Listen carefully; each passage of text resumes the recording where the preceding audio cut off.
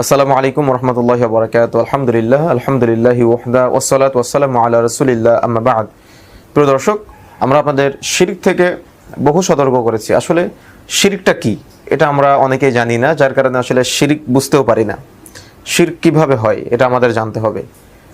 আমরা বিভিন্ন সময় আপনাদের বলেছি, লোকমান হাকিম তার সন্তানকে বলেছিল, ইয়া বুনাইয়া লা তুশরিক বিল্লাহ, হে বৎস তুমি আল্লাহর সাথে শরীক স্থাপন করো না।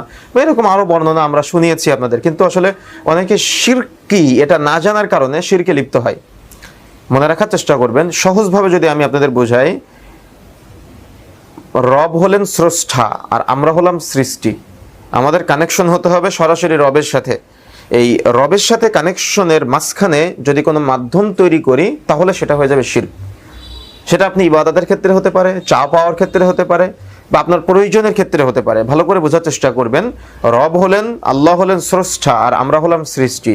এই স্রষ্টা এবং সৃষ্টির মাঝখানে যদি রবের অন্য কোনো সৃষ্টিকে স্থান করে দেওয়া হয় বা মাধ্যম তৈরি করা হয় তাহলে কিন্তু শিরক হবে। তাহলে আপনি হয়তো বলতে পারেন, আল্লাহকে কি সরাসরি পাওয়া যায়? যে অবশ্যই পাওয়া যায়। আপনি তো নিজে স্বীকৃতি দেন সালাতের মধ্যে, ইয়্যাকা না'বুদু ওয়া ইয়্যাকা নাস্তাঈন। আল্লাহ একমাত্র, কেবলমাত্র, শুধুমাত্র তোমারই ইবাদত করি, তোমার কাছেই সাহায্য প্রার্থনা করি।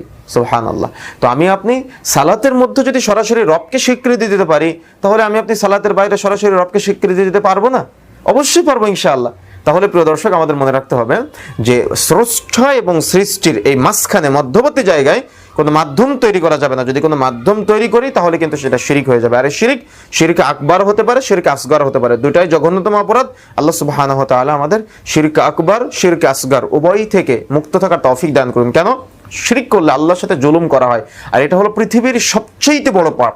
এজন্য শিরক সম্পর্কে আল্লাহ সুবহানাহু ওয়া তাআলা অতি সতর্ক করেছেন, রাসূলুল্লাহ সাল্লাল্লাহু আলাইহি ওয়াসাল্লাম সতর্ক করেছেন। তাই আসুন আমরা ইবাদতের ক্ষেত্রে শিরক না করি, পরিবার পরিচালনার ক্ষেত্রে শিরক না করি, অর্থনীতির মধ্যে শিরক না করি, রাষ্ট্রনীতির মধ্যে শিরক না করি, বৈষয়িক জীবনে শিরক না করি। এক কথায় আমাদের সার্বিক জীবনে জন্ম থেকে মৃত্যু পর্যন্ত যেন আমরা শিরক মুক্ত হয়ে চলতে পারি।